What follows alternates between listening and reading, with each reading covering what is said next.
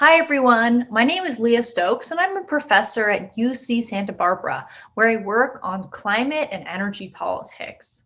And today I'm going to talk a little bit about grid resiliency and the opportunity that we have right now with the Biden infrastructure plan to try to tackle some of these issues. I'm sure folks tuning in have been following the news.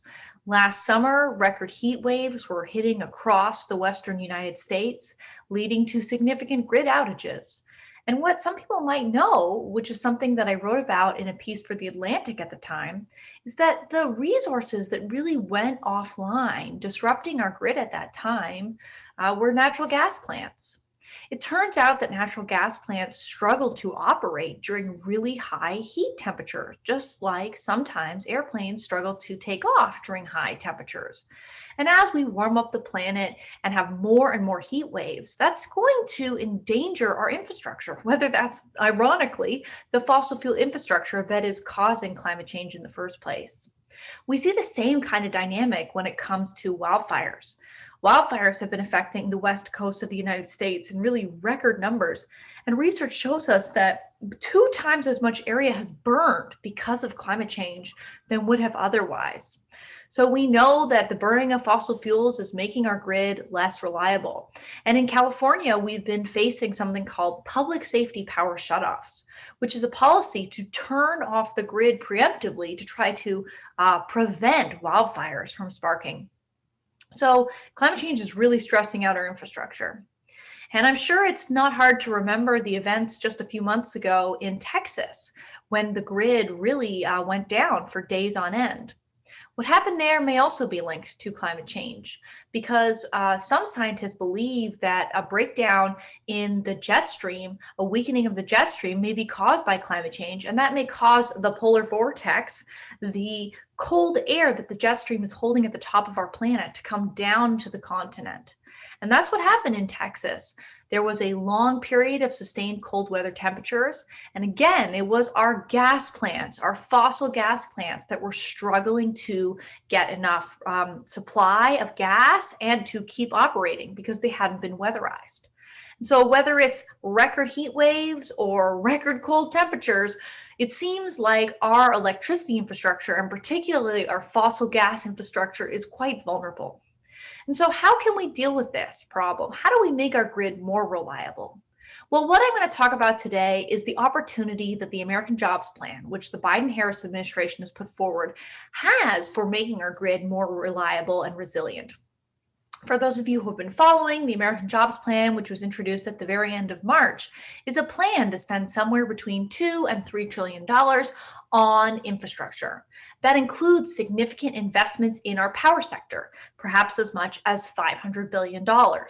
And those investments can really help us transition away from fossil fuels, which are not only destabilizing our climate, leading to more stress on our fossil fuel infrastructure, but also can move us away from some of the sources like fossil gas, natural gas, that have proven the least reliable during these extreme weather events caused by climate change. And so, that's the opening bid that the Biden-Harris administration has put forward, but it's important to note that that's just the beginning of the conversation. Many groups are calling for additional spending, somewhere between $4 to $10 trillion. And we know that we're going to need to spend a lot on the grid to build things like transmission, batteries, new wind and solar, right? There's so many investments we need to be making in our grid. And this is really an opportunity for Congress to step up and set that scale of spending in the power sector so that we can have a more resilient grid. Now, the thing that I'm the most excited about as an opportunity to address this problem is the Clean Electricity Standard. The Clean Electricity Standard is a policy that exists in a majority of states. Previously, it was a renewable portfolio standard, and now it's a clean electricity standard, which covers a few extra resources. And the idea that President Biden campaigned on was to get 100% clean electricity by 2035.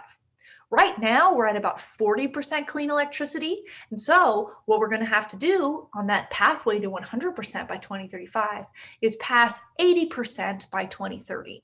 And that's a really important target because what that means is that we're going to try to double the amount of clean electricity on our electricity grid this decade, going from 40% to 80%. Like I said, this is a very proven policy. Already, more than 1 in 3 Americans live in a state or a city that is targeting 100% clean electricity. So can Congress do this? Can Congress pass a clean electricity standard? Of course they can.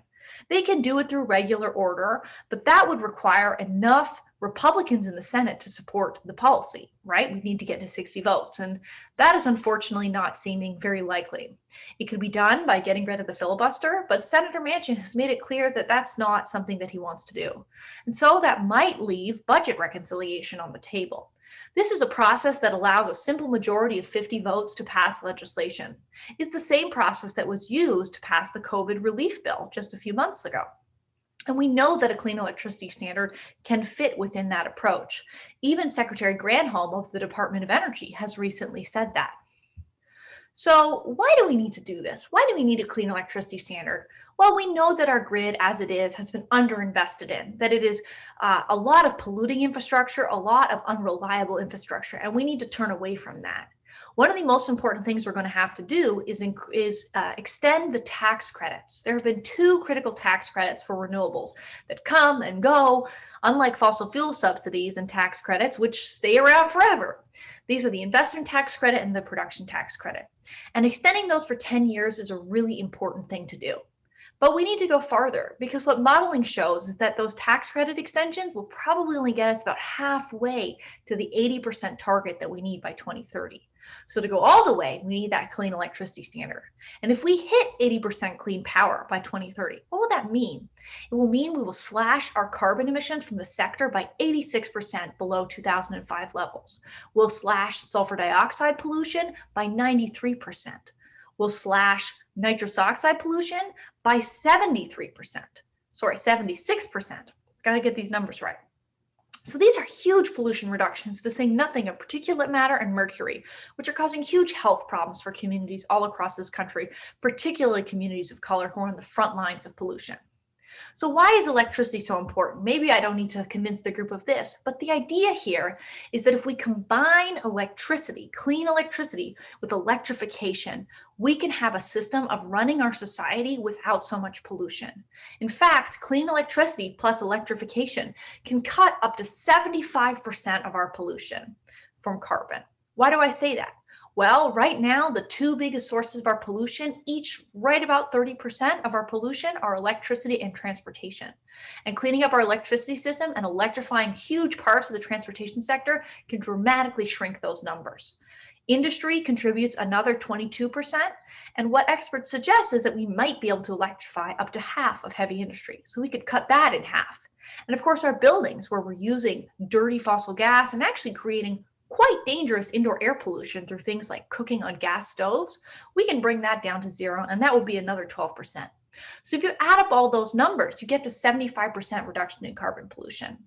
And some people might say, well, if we're going to rely on electricity to do so many more things, to heat our homes, to do our cooking, to drive our cars, won't it be scary when the grid goes out? Well, guess what? This approach will actually give us more resiliency, because you know what an electric vehicle is? It is a giant battery. It is a way that we can have backup storage when the grid goes down or when we have shortages. Right now, electric vehicles are mostly not set up to do that 2-way flow of power, but they could be. And so there are ways that we can make our demand side more flexible, that we can use the electrification of transportation and buildings to actually make the grid more resilient, make our electricity system more stable over time. So this is really one of the biggest things on the agenda right now, and I would encourage folks to get involved, because the Clean Electricity Standard is not just going to clean up pollution, whether that's carbon or conventional air pollution. It's also going to help us invest in our grid and keep it more resilient.